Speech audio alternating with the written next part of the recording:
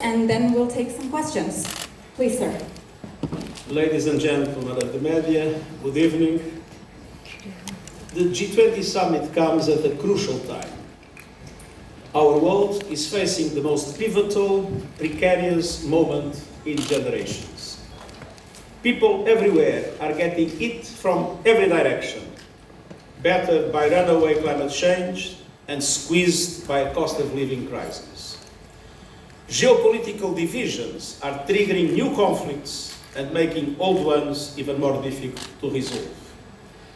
The G20 is ground zero for bridging divisions and finding answers to this crisis and more. First, climate, the defining challenge of our age. I've just come from the COP27 summit in Sharm el-Sheikh. The goal of limiting global temperature rise to 1.5 degrees is slipping away. We are dangerously close to tipping points at which climate chaos could become irreversible. Science tells us that global heating beyond that limit poses an existential threat to all life on Earth. But global emissions and temperatures continue to rise. I tend to agree that insanity consists in doing the same thing over and over again and expecting a different result.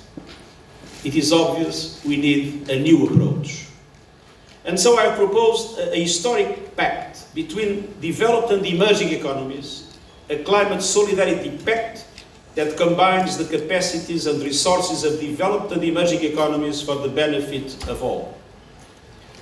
G20 countries are responsible for 80% of global emissions. G20 leaders can make or break the climate solidarity pact that I intend to present again tomorrow. Under this pact, they would make extra efforts this decade to keep the limit of 1.5 degrees alive. And wealthier countries and international financial institutions would provide financial and technical assistance to help the emerging economies accelerate their renewable energy transition. The Climate Solidarity Pact can save lives, livelihoods, and our planet. It can help end dependence on fossil fuels while providing universal, affordable, sustainable energy for all. Second, the 2030 Agenda and the Sustainable Development Goals. The SDGs are issuing an SOS. Developing countries cannot access the finance they need to reduce poverty and hunger and invest in sustainable development. I therefore urge G20 economies to adopt an SDG stimulus package that will provide governments of the global south with investments and liquidity and offer debt relief and restructuring. These will enable emerging economies to invest in healthcare, education, gender equality, and renewable energy, to invest in their people and rescue the 2030 Agenda for Sustainable Development.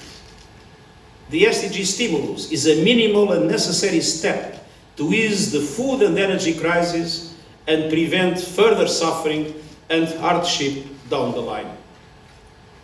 G20 countries are the world's most powerful economies, with a majority on the boards of multilateral development banks, and so they can and must make it happen.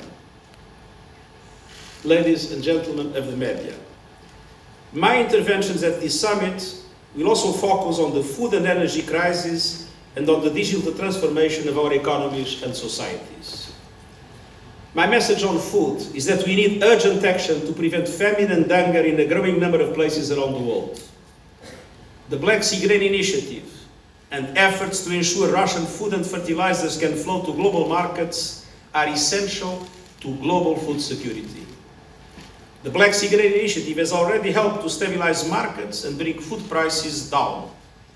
Every fraction of a percent eases hunger and saves lives. Meanwhile, we must do more to ease the global fertilizer crunch. Fertilizer prices are up to 3 times higher than before the pandemic, and we are working to end all obstacles to the free flow of Russian food and fertilizers to global markets. Our engagement with the European Union, the United States, and the United Kingdom has helped remove many of the impediments to market access. These products are not subject to sanctions, but suffer indirect impacts. And so we are working non-stop to resolve all remaining issues, chiefly around payments, and to renew the Black Sea Grain Initiative. On energy, the war in Ukraine has clearly demonstrated the dangers of our addiction to fossil fuels. It is the best possible argument for the fastest possible transition to renewable energy.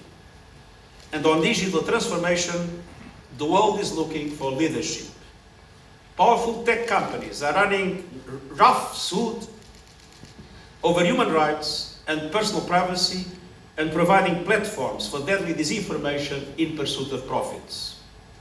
Let's be clear, disinformation kills, undermining public health kills, and these are life and death issues. We urgently need global guardrails on technology. I will suggest a way forward based on a global digital compact for an open, free, secure and inclusive internet. A compact to deliver on universal connectivity, on a human-central digital space that protects free speech and privacy, and on the safe and responsible use of data. And I'm also calling for a global code of conduct that promotes integrity in public communications and promotes information literacy. Ladies and gentlemen of the media, today, as we welcome the 8 billionth member of our growing human family, we must think ahead. By 2050, the world's population will be approaching 10 billion.